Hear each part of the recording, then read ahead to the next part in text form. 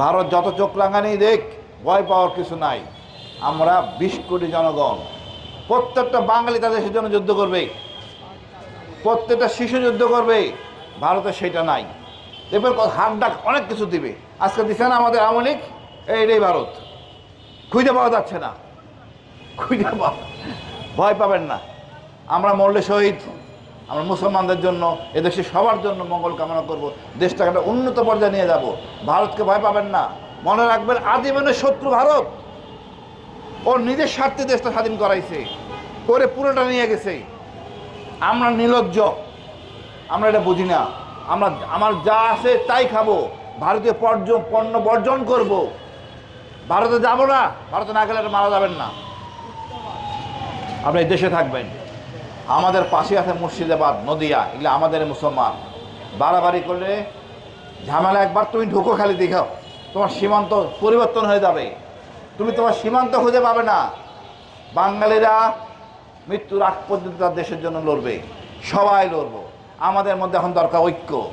পুরা দেশের লোক আমরা ঐক্যবদ্ধ হব। গুটি কয়েক দুষ্ট থাকবেই, এই ঐক্য থাকবো যাতে আমাদের মধ্যে কোনো বিভেদ না থাকে। আমরা চাই আমার ইসলাম সকল ধর্মকে প্রশ্রয় দেয়, সম্মান দেয়, তার নিরাপত্তা দেয়। সুতরাং এখানে বিভেদ থাকার কিছু নাই। কিন্তু সুরসুরিয়ারা, সনাতনী লোক দুষ্টামি করতেছেন। আপনারা টিকবেন না জনগণের কাছে। আমার ধর্ম আপনাকে ক্ষতি করে না, আপনারা বাড়াবাড়ি করবেন না। রাম মন্দির আপনারা অন্য কোথাও বানান, আমার ধর্মে আঘাত দেবেন না। আমাদের সাথে সম্পর্ক ঝামেলা হলো মূর্তি নিয়ে। আপনি মূর্তি রাখেন মন্দিরের ভিতরে, বাইরে না, পরিষ্কার। আমরা যদি দুষ্টামি শুরু করি, কোনো থান পাবেন না। আমরা এই টঙ্গীর বিশ্ব ইস্তেমা নিয়ে যাবো, গাইবান্ধা পলাশবাড়ির ওখানে। আপনি হুশ থাকবেন, দৌড়ের উপরে থাকবেন। পদ্মা সেতু, মেট্রো রেল এবং এলিভেটেড এক্সপ্রেসওয়ে নির্মাণের গর্বিত অংশীদার বসুন্ধরা সিমেন্ট। এমন এক মসজিদ বানাবো, মিনার হবে সারা কয়েকশো ফুট। ওখানে খালি সারাদিন খালি কোরআন হবে, কোরআনের আয়াত পড়া হবে। আপনি দৌড়ে থাকবেন, আপনার ঘন্টা কেউ শুনবে না। আমরা এই বিভেদ চাই না। আমরা মিলেমিশে থাকতে চাই, ভালোভাবে থাকতে চাই, সবাইকে নিয়ে একসাথে থাকতে চাই। আমাদের সেনাবাহিনী, আমরা সবাই এক, যেটা পৃথিবীর কোনো দেশে নাই। এটা একমাত্র পৃথিবীর দেশ, বাঙালির দেশ। আর এই বাঙালি দেশে বাঙালিদের মারছি আমরা, সেটা হলো আওয়ামী লীগ। আওয়ামী লীগকে ভালো করে চিনেন, পড়াশোনা করেন, ইতিহাসে এই পিস পাবেন না। কোত্থেকে আল্লাহ জানে ভালো মানুষকে আপনি আওয়ামী লীগ করে, আমি জানি না। আমার কষ্ট লাগে, পাকিস্তানে গালাগালি করি। আপনি দেখেন তো ঘুরে পাকিস্তান কি করে গেছে। আমরাও তো আরও বেশি পাইতাম।